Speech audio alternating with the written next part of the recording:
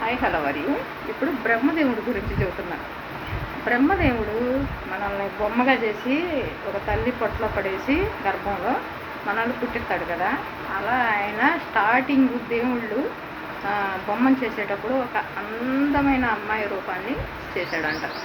చేస్తే ఆ అమ్మాయి కళ్ళు చెదిరిపోయి అందంతో ఉండగానే ఆ బ్రహ్మదేవుడికి జిలుక్కుమందంట, మనసు కోరిక పుట్టిందంట.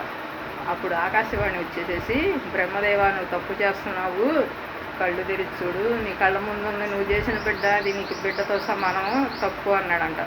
అప్పుడు సరస్వతి కళ్ళే చూశాడంట, ఏంటి ఇలా జరుగుతుంది అని. చూడగానే ఆమె కూడా మన బిడ్డే కదా అయ్యా అందంట. అన్నప్పుడు సరిగ్గా చూసి, సరే ఆ భ్రమ తొలగించి విధిరాత తలరాత ఎలా ఉందో రాయి అన్నాడంట. ఎన్నిసార్లు తలరాత రాసినా ఆమెకి ఏదో రాత వస్తుందంట. మళ్ళా రాశాడంట.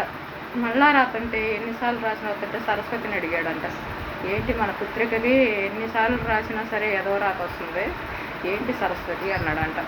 అంటే ఏం చేద్దామండి మరి అంటే, తన ఎదవ రాత తొలగిపోవాలంటే నీ కాళ్ళు చాపి నీ కాళ్ళ మీదగా దాటిపోతే అది తప్పిద్ది అన్నాడంట బ్రహ్మదేవుడు. అదెట్టండి, సృష్టి విరుద్ధం అది. నా కాళ్ళ మీదుగా దాటిపోయి ఆమె రాతను నేనెందుకు తీసుకోవాలి? ఎవరి తలరాత ఆడదే కాబట్టి, తన రాత తందే, నా రాత నాదే, బిడ్డ రాత బిడ్డదే, తల్లి రాత తల్లిదే కాబట్టి అది తప్పండి అన్నాడంట.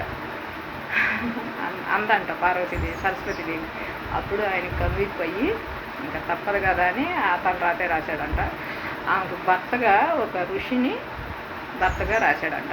ఆ భర్త వల్ల ఆమె మంచి పుణ్యాత్మురాలు అయింది అన్నట్టుగా.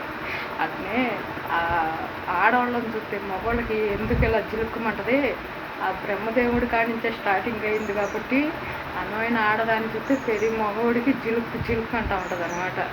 పురాణాలలో నుంచి వచ్చింది కాబట్టి. మరి నేను చెప్పిన కథ బాగుంటే అందరు లైక్ పెట్టేయండి మరి. అందుకనే ఆడదై పుట్టే కంటే అడవిలో మానవి పుట్టడం బెటర్ అని అంటారు.